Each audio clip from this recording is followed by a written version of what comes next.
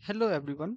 सो आज हम वीक 4 का क्लास 4.2 करने वाले हैं, जो कि जावास्क्रिप्ट हम समझ रहे थे, फंक्शंस को देख रहे थे।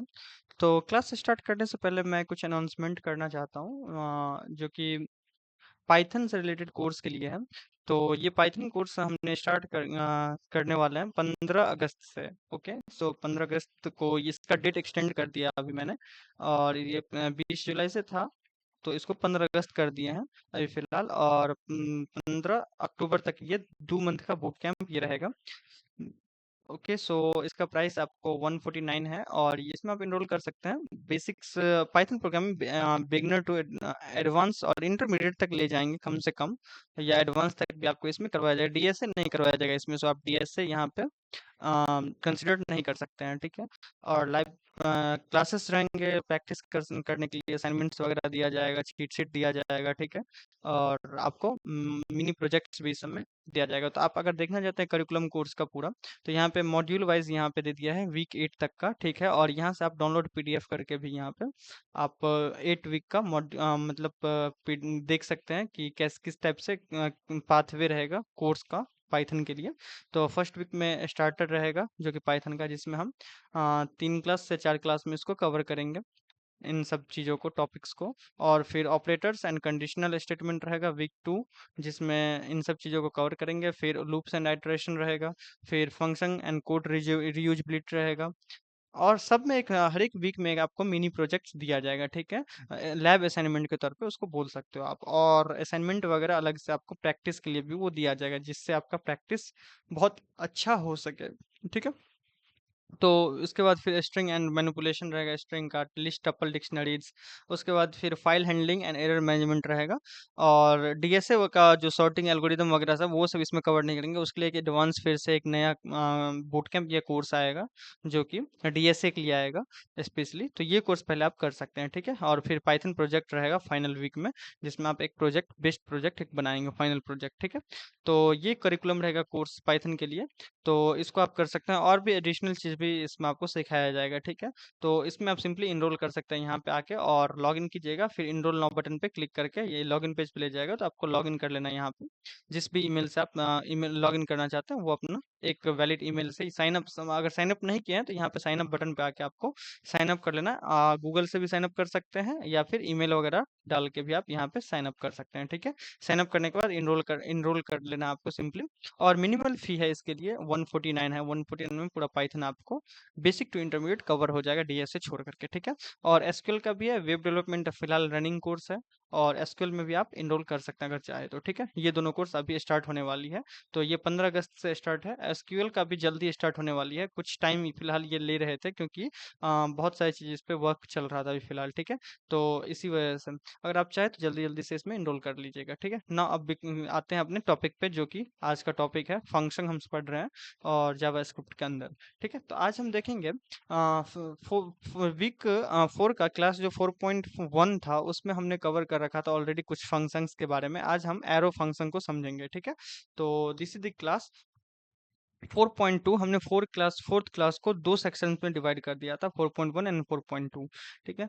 तो ये जो है सो पेड बूट कैंप है बेसिकली, लेकिन मैं यहाँ पे आपको करिकुलम मतलब लेक्चर्स जो है सो वो आपको फ्री ऑफ कॉस्ट भी मिल रहा है। लेकिन असाइनमेंट्स और लैब असाइनमेंट्स, चीट शीट वगैरह आपको पे करने के बाद ही आपको मिलेगी। सो आप अगर सीखना चाहते हो तो वो आप कर सकते हो यहाँ से भी देख के। लेकिन एक बेसिकली पर्टिकुलर पाथ पे चलना चाहते हो, तो वो आप इनरोल करके कर सकते हो। आई होप पाइथन का आपको may be free of cost मिले या ना मिले, तो वो डिसाइड होगा बाद में। लेकिन अगर आप इनरोल करते हो तो वहाँ पे आपको बहुत सारा मटेरियल्स भी प्रोवाइड किया जाता है, ठीक है। एक पाथ पे बेसिकली एक अच्छे पाथ पे आप चल सकते हो। फाइन, सो नाउ अब आते हैं यहाँ पे और एरो फंक्शन को समझते हैं। एरो फंक्शन होता क्या है? तो एरो फंक्शन जो था वो इंट्रोड्यूस किया गया था ES 6 में, वर्जन जो था, मतलब इकमा स्क्रिप्ट 6 जो आया था, उसमें आपको ये इंट्रोड्यूस किया गया था एरो फंक्शन को, ठीक है। अब ये होता क्या है, मतलब पहले जो हम फंक्शन जैसे यूज करते तो वो इस टाइप से यूज करते, ये ट्रेडिशनल फंक्शन का डिक्लेरेशन मेथड था। अब लेकिन एरो फंक्शन क्या किया, उसका सिंटेक्स चेंज कर दिया। मतलब मैं यहाँ पे अगर एरो फंक्शन कमेंट कर दे रहा हूँ। और यहाँ पे मैं अगर दिखाऊँ उसका सिंटेक्स कुछ, तो सिंटेक्स कुछ ऐसा होता था, कॉन्स्ट जैसे मुझे ऐड करना है लेट सपोज, तो कॉन्स्ट ऐड एंड यहाँ पे हम फंक्शन ना लिख के यहाँ पे ये फंक्शन कीवर्ड को मुझे लिखने की जरूरत नहीं पड़ता है, और यहाँ पे डायरेक्ट हम आर्गुमेंट पैरामीटर सेट कर सकते हैं, जैसे कि ए बी मैंने पैरामीटर सेट किया, और उसके बाद फिर एरो यूज करते हैं, इसी वजह से इसका नाम एरो फंक्शन है। उसके बाद फिर यहाँ पे हम जो बॉडी है उस फंक्शन का वो हम यहाँ पे जैसे रिटर्न करवाना है मुझे, रिटर्न ए प्लस बी, तो इस टाइप से हम यहाँ पे रिटर्न करवा सकते हैं। ऐड मैंने पहले डिक्लेयर कर लिया है, तो ऐड टू नंबर कर लेते हैं, टू नम, ठीक है, ऐड टू नम। तो ये एक फंक्शन डिक्लेरेशन जो कि एरो फंक्शन का ये मेथड है, ठीक है। तो अब मॉडर्न जो वेबसाइट्स बन रहे हैं वो इसी को यूज करके जावास्क्रिप्ट को, मतलब एरो फंक्शन का ही हम वहाँ पे यूज करते हैं। Fine, okay. सो तो ये एक एरो फंक्शन है, ठीक है। अब हम समझते हैं बेसिक सिंटैक्स, अगर बात कर ले तो यहाँ पे हम वो जो फंक्शन का नाम है वो चीज यहाँ पे रखते हैं, और इसके अंदर पैरामीटर्स हम डिफाइन करते हैं, पैरामीटर्स जो भी है वो रखते हैं, और इसको फंक्शन बॉडी कहा जाता है। मतलब या फिर आप समझ लो जो फंक्शन का जो भी हम अंदर में रख रहे हैं, बॉडी क्या चीज करवाना चाह रहे हैं, मतलब कंडीशन लगाना चाह रहे हैं, लूप्स लगाना चाह रहे हैं, वो सारा चीज यहाँ पे रख सकते हैं, जैसे पहले फंक्शन क्लास में हमने ऑलरेडी पढ़ रखा है, ठीक है। चलो अब हम यहाँ पे इसको कॉल कैसे करेंगे, तो सेम एज इट इज, जैसे कि ऐड टू नम, यहाँ पे वैसे ही ऐड करना है, कॉल करना है, और यहाँ पे जो नंबर सिंपली हमको आर्गुमेंट्स पास कर देना है इसके अंदर, जैसे कि 5, 8 रखते हैं, तो ये हम इसको पास कर देंगे, तो ये अब सिंपली इसको दिखाएगा, ये मतलब इसका सम दिखाएगा, ठीक है। तो सेम एज इट करना है, बस ये थोड़ा सा सिंटेक्स चेंज हो जाएगा। फाइन, चलो अब हम इसको थोड़ा सा देख लेते हैं, स्टार्ट हो रहा है सर्वर, मैं दिखा देता हूँ कंसोल में इसको। तो ये अभी फिलहाल कंसोल नहीं करेगा, देखो मैं अगर दिखाऊं, क्योंकि मैंने कंसोल डॉट लॉग प्रिंट नहीं करवाया है बेसिकली, इसी वजह से देखो मैं यहाँ पे कंसोल में आता हूँ, तो यहाँ पे ये कुछ भी प्रिंट नहीं कर रहा है, ठीक है। 5, 8 यहाँ पे मुझे इसको कंसोल करवाना पड़ेगा, तो मैं इसको एक पेरेंथेसिस के अंदर डालता हूँ एंड कंसोल डॉट लॉग कर लेता हूँ इस फंक्शन को, ठीक है। इसको कॉल करने के बाद जो भी वैल्यूज आएगा वो ये दिखाएगा। सो नाउ ये 13 दिखा रहा है, 8 and 5 13, ठीक है, दिख रहा है 13, तो ये 13 हो गया। ओके, सो इसी को बोलते हैं एरो फंक्शन। अब एरो फंक्शन में भी बहुत सारी चीज़ है यहाँ पे, जो कुछ कहीं पे हमको पैरामीटर्स का जरूरत नहीं भी पड़ता है, तो वहां पे हम जैसे कि कॉन्स्ट ग्रिड एक फंक्शन हम बनाते हैं, और जैसे कि मुझे पैरामीटर नहीं लेना है, तो पैरामीटर नहीं लेना, तो पैरेंथेसिस को ब्लैंक छोड़ना है आपको, ठीक है। और उसके बाद फिर arrow and then parenthesis, curly braces start करना है, और कंसोल, जैसे कि इसमें कुछ मैं प्रिंट करूँगा, console dot log and hello, sorry hello users, ठीक है। तो ये क्या करेगा, सिंपली कुछ भी पैरामीटर नहीं लेगा इस फंक्शन को कॉल करने के लिए, ठीक है। यहाँ पे मैं इसको कॉल कर लेता हूँ, सो कंसोल डॉट लॉग करने की जरूरत नहीं, डायरेक्ट मैं इसको कॉल करूँगा, क्योंकि ये कंसोल कर ही रहा है, रिटर्न नहीं कर रही है कोई भी चीज़, तो यहाँ पे मैं ग्रिड को कॉल कर लेता हूँ, grid and then this, okay. So now if I see grid is already been declare, तो ग्रिड मैं 1 कर ले रहा हूँ, क्योंकि ग्रिड ऑलरेडी मैंने डिक्लेयर कर रखा है पहले। ओके, सो हेलो यूजर्स, ठीक है। तो इस टाइप से यहाँ पे आप कोई भी पैरामीटर्स, अगर नो पैरामीटर्स है, कोई भी पैरामीटर्स नहीं है, तो यहाँ पे आप इस टाइप से यूज कर सकते हो, ठीक है। अब इम्प्लिसिट रिटर्न भी होता है, जैसे कि उसको एक तरीका है उसको रिटर्न करने का, जैसे कि मैंने यहाँ पे करली ब्रेसेस के अंदर रिटर्न करवाया, तो वैसे ही एक तरीका है विदाउट, उसको बोलते हैं हम इम्प्लिसिट रिटर्न, इम्प्लिसिट रिटर्न, ठीक है, इम्प्लिसिट रिटर्न बोलते हैं। फाइन, तो उसको हम समझते हैं, तो यहाँ पे सबसे पहले जैसे कि कॉन्स्ट, उसका तरीका क्या है, जैसे कि कॉन्स्ट स्क्वायर, एक मैं स्क्वायर करना चाहता हूँ नंबर को, SQARE स्क्वायर, एंड मैं इसके अंदर पैरामीटर लेता हूँ नंबर, जो मेरा नंबर आ रहा है वो, और फिर इसको मैं एक एरो फंक्शन बनाऊंगा, और इसको जैसे ही मैं यहाँ पे देखो, इसको क्या करते थे, ये करली ब्रेसेस डाल के हम रिटर्न करवाते थे, ये ट्रेडिशनल मतलब पहले वाला मेथड जो कर रहे थे वो ऐसे कर रहे थे कि नंबर और इनटू नंबर, तो ये उसका स्क्वायर कर देगा, तो ये भी सही है। यहाँ पे देखो ये भी सही होगा, क्योंकि मैं अगर यहाँ पे कंसोल डॉट लॉग करता हूँ एंड यहाँ पे करता हूँ स्क्वायर, जो फंक्शन है मेरा वो कॉल कर लेते हैं, और मान लो 4 का स्क्वायर, तो ये क्या करेगा, 16 रिटर्न कर रहा है, देखो 16 रिटर्न कर रहा है। लेकिन इसको हम एक और मेथड से कर सकते हैं सिंपली, कि ये डायरेक्ट, मतलब ये मैं करली ब्रेसेस यूज नहीं करूंगा, और देखो मैं कैसे यूज करूंगा इसी चीज को, कि यहाँ पे डायरेक्ट हम लिख लेंगे number without return, number into number, ठीक है। तो ऐसे भी हम कर सकते हैं। अब देखो ये फिर भी 16 ही दे रहा है, ठीक है, 16। तो ऐसे भी हम यहाँ पे कर सकते हैं, लेकिन आप करली ब्रेसेस का भी यूज करना। तो ये इम्प्लिसिट रिटर्न इसी को बोलते हैं, और एक्सप्लिसिट रिटर्न वो जो पहले यूज करते थे वो एक्सप्लिसिट रिटर्न है। तो जैसे कि मुझे मॉडुलस निकालना होगा, जो भी चीज यहाँ पे और भी ऑपरेशन यहाँ पे परफॉर्म कर सकते हो, इसको इम्प्लिसिट रिटर्न कहा जाता है। यहाँ पे रिटर्न करने मतलब रिटर्न इंक्लूडेड है इसमें पहले से ही। फाइन। और एक्सप्लिसिट जो पहले हम करते थे, ये वाला जो है, ये ये इम्प्लिसिट एक्सप्लिसिट रिटर्न है, ठीक है, और ये इम्प्लिसिट रिटर्न है। फाइन। तो अब बढ़ते हैं आगे, और फिर समझते हैं कि एरो फंक्शन को हम कंडीशंस के साथ कैसे यूज करते हैं। तो जैसे मैं एक बनाता हूँ, const and check age, let suppose, and एक पैरामीटर हम सेट करते हैं जो कि एज, जो कि इनपुट आएगा इसके अंदर, एज आएगा। और इसको मैं एरो फंक्शन एक बनाता हूँ, और इसको मैं अब कंडीशंस यहाँ पे अप्लाई करूंगा। तो आपको यही एक्सप्लिसिट रिटर्न ही यूज करना है, जो कि एक गुड लुकिंग भी रहता है, और बोल सकते हो कि डिबग करने सब में भी इजी रहता पड़ता है, ठीक है। तो इफ एंड एज, एज अगर ग्रेटर देन होता है 18 से, ठीक है, और इक्वल भी ले लेते हैं, ग्रेटर देन इक्वल टू 18 होता है, देन हमें रिटर्न करवाना है, रिटर्न एडल्ट, अदरवाइज, सो एल्स, रिटर्न माइनर, ठीक है, माइनर। फाइन।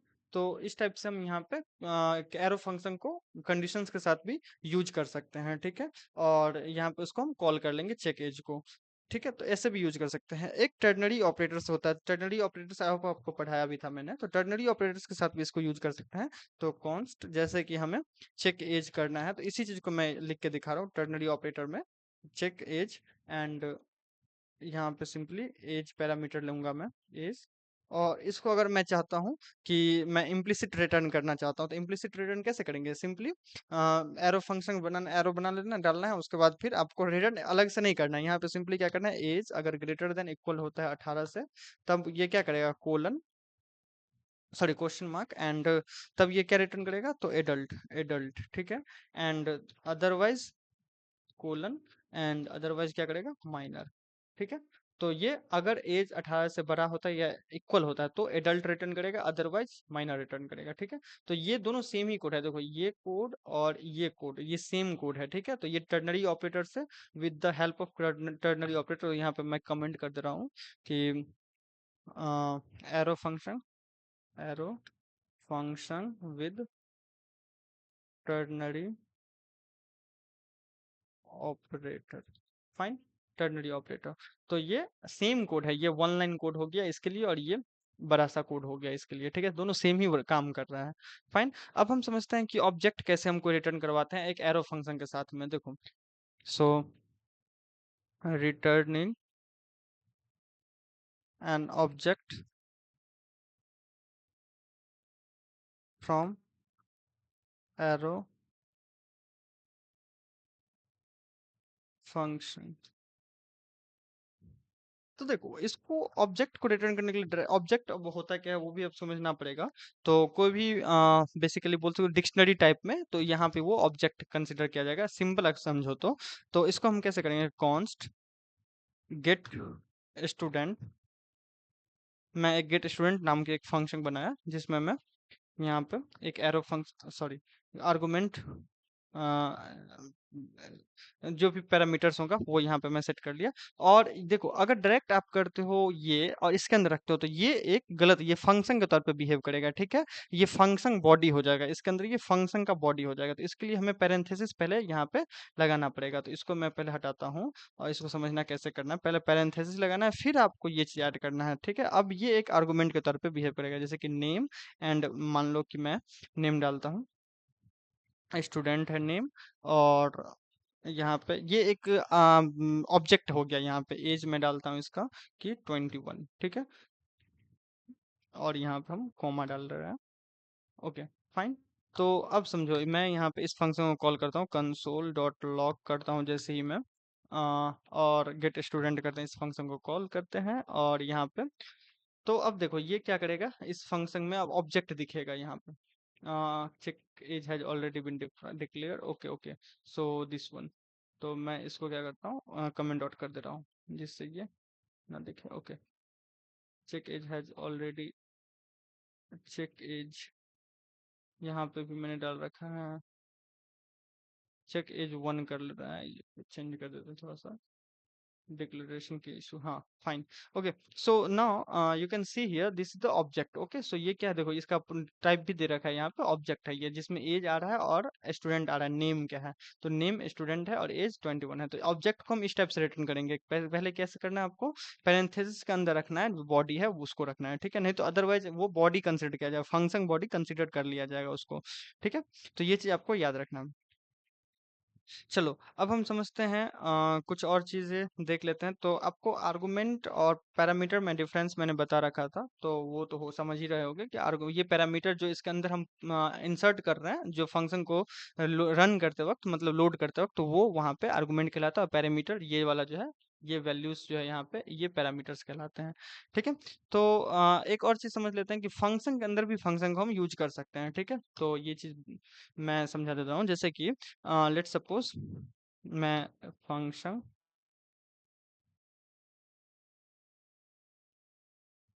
हेडिंग डालते हैं, फंक्शन कॉलिंग अनदर फंक्शन, एक फंक्शन दूसरे फंक्शन को भी कॉल कर सकता है। लाइक मैं पहले वाला फंक्शन अगर बना के दिखाऊं, तो फंक्शन जैसे कि यहाँ पे हम बना देते हैं,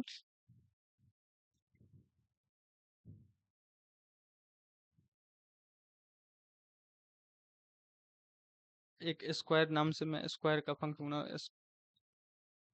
स्क्वायर, और फिर इसके अंदर हम नंबर डालते हैं, और फिर यहाँ पे हम ये जो रिटर्न करेगा वो करेगा number into number, number into number, ठीक है। और एक और फंक्शन बनाते हैं जिसमें इस फंक्शन का हम यूज कर सकते हैं, सो फंक्शन, ये ट्रेडिशनल मेथड है फंक्शन बनाने का, कैलकुलेट नंबर। और कैलकुलेट जो होगा इसमें नंबर जो आएगा वो यहाँ पे मैं बनाऊंगा कि वो इस फंक्शन को यूज करे, सो रिटर्न, वो क्या करेगा, स्क्वायर फंक्शन, पहले स्क्वायर करेगा उसका, स्क्वायर करेगा उस नंबर का, ठीक है, उस नंबर का पहले क्या करेगा, स्क्वायर करेगा, फिर उसमें मैं चाहता हूँ इसमें ऐड कर दे 10 को, ठीक है, जो कैलकुलेट फाइनल रिजल्ट है मेरा आएगा, तो वो अब मैं यहाँ पे इसको कॉल करता हूँ, so console dot log, console dot log and calculate function को मैं कॉल करूंगा जैसे ही, और यहाँ पे मैं डालता हूँ 5, लेट सपोज, तो 5 का स्क्वायर हो जाएगा, देन उसमें +10 ऐड कर देगा। स्क्वायर मैंने पहले डिक्लेयर तो नहीं ना कर रखा है, तो डिक्लेयर हो रखा है स्क्वायर यहाँ पे भी, तो स्क्वायर मैं करता हूँ स्क्वायर 2, एंड यहाँ पे मैं करता हूँ स्क्वायर 2, ठीक है। कैलकुलेट मैंने बना रखा है कहीं, कैलकुलेट ने, ठीक है। ओके, सो अब देखो ये क्या करेगा, 35 रिटर्न कर रहा है, 5 का स्क्वायर, देन उसमें 10 ऐड कर रहा है। तो ये एक फंक्शन के अंदर हम फंक्शन को कॉल कर रहे हैं, तो ऐसे भी हम उसको कर सकते हैं। जैसे इसी को मैं एरो फंक्शन में बनाऊंगा सेम, तो मैं यहाँ पे कॉन्स्ट एक मैं फंक्शन बना लूंगा, स्क्वायर 3 नाम से, let suppose square 3, SQUARE, square 3 नाम से मैं बना ले रहा हूँ, आपको एक मीनिंगफुल नेम देना है, मैं यहाँ पे समझाने के लिए बना रहा हूँ बस। और इसके अंदर फिर सॉरी क्या बना रहे थे, हाँ एरो फंक्शन। तो यहाँ पे हम पैरामीटर डाल देंगे, ठीक है। तो पैरामीटर में हम यहाँ पे नंबर जो भी मेरे पास रहेगा वो हम यहाँ पे ऐड कर देंगे, जो नंबर आएगा मेरे पास, तो नम यहाँ पे कर लो या कुछ भी। और उसके बाद फिर एक एरो फंक्शन मुझे बनाना है यहाँ पे, एरो, एंड इसके अंदर बॉडी लिखना है, फिर रिटर्न ये कर देगा नंबर इनटू नंबर, ठीक है। और फिर यहाँ पे एक अलग से फिर फंक्शन बनानी है, कॉन्स्ट, जो कि ये कैलकुलेट के लिए कैल रहेगा, कैल नाम से बना लो। और फिर यहाँ पे ये नंबर, इसमें भी पैरामीटर मैं सेट कर ले रहा हूँ, और एरो फंक्शन बना लेते हैं, और रिटर्न ये कर देगा, रिटर्न करेगा स्क्वायर, कर लेगा पहले स्क्वायर 3 नंबर का, और उसमें प्लस कर लेगा 10, ठीक है। तो ऐसे भी आप कर सकते हो यहाँ पे, ठीक है। और इसको मैं सिमिलरली कॉल कर सकता हूँ। तो ये हो गया एरो फंक्शन के लिए और ये हो गया ट्रेडिशनल फंक्शन के लिए। तो फंक्शन को फंक्शन के साथ भी यूज करते हो, मल्टीपल फंक्शन को भी यूज कर सकते हो आप। तो आई होप आपको ये क्लास समझ में आया होगा, और यही बस बचा था एक टॉपिक फंक्शन का इसके अंदर, फंक्शन टॉपिक के अंदर। अब फिर नेक्स्ट क्लास, एक और क्लास आई होप बचा होगा, मैं थोड़ा सा देख लेता हूँ, उसके बाद फिर एक ही क्लास उसको फिर करवा के ये कंप्लीट हो जाएगा फोर्थ वीक का, ठीक है। और एक सेकेंड मैं एक बार देख लेता हूँ इसका, कौन सा क्लास बचा हुआ। ओके, सो वीक 4 में एक, हाँ, एरे और ऑब्जेक्ट्स का इंपॉर्टेंट क्लास है ये भी, तो ये भी आप मिस मत करना, ये क्लास देख लेना अच्छे से। डे 5 का ये क्लास बचा हुआ है, ये एक से दो क्लास में, एक ही क्लास में ये कंप्लीट करवा देंगे। और आपका जो 12 अगस्त को आपका टेस्ट भी कंडक्ट करवाया जा रहा है, तो उसको भी आप अटेंड करना, ठीक है। जो जो इनरोल है वो आप टेस्ट दे सकते हैं, ठीक है। तो वो टेस्ट रहेगा वीक 4 तक, उसमें पूछा जाएगा, और वो आपका ग्रेडेड रहेगा, मतलब वो आपको फाइनल जो क्या बोलते हैं, सर्टिफिकेट जो दिया जाएगा, तो उसमें आपका उसको वो भी इंक्लूड किया जाएगा, उसका मार्क्स ग्रेडेड रहेगा वो, ठीक है।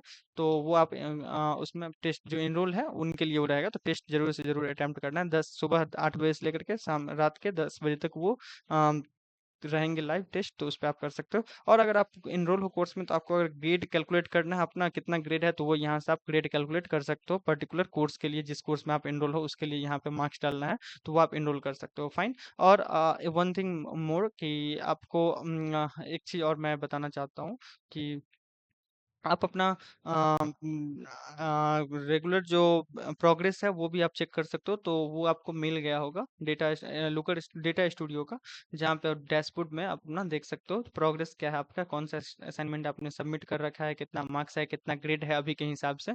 तो वो ये यहाँ पे आपको सारा चीज़ दिखाई दे देगा, ठीक है, कितना मार्क्स किस असाइनमेंट में आया है। और इसका जो 30% है वो फाइनल मतलब असाइनमेंट का मार्क्स 30% है, इंक्लूड किया जाएगा। 30% है वो आपका लैब असाइनमेंट का, और 40% है फाइनल एग्जाम का, ठीक है। तो फाइनल एग्जाम दो टर्म में लिया जाएगा, दो बार, जो कि 50-50 हाफ हाफ कर दिया जाएगा, वीक 1 से वीक 4 तक एंड वीक 4 से वीक 8 तक, ठीक है। तो इस हिसाब से उसका एग्जाम लिया जाएगा, और ग्रेड आपको अभी करंट ग्रेड यहाँ पे आप देख सकते हो कितना है, फाइनल स्कोर क्या है, सारा चीज़ आपको यहाँ पे डैशबोर्ड पे आपको दिख जाएगा। सो ये सब आप चेक कर सकते हो, और आप इनरोल करते हो सारा आपको ईमेल जाता रहेगा, ठीक है। सो आई होप ये लेक्चर आपको समझ में आया होगा, और कुछ और अनाउंसमेंट भी हो गया आज की क्लास में। फिर नेक्स्ट क्लास में मिलते हैं एरो एरे के साथ में, ठीक है। So thank you and keep learning, keep coding, bye bye.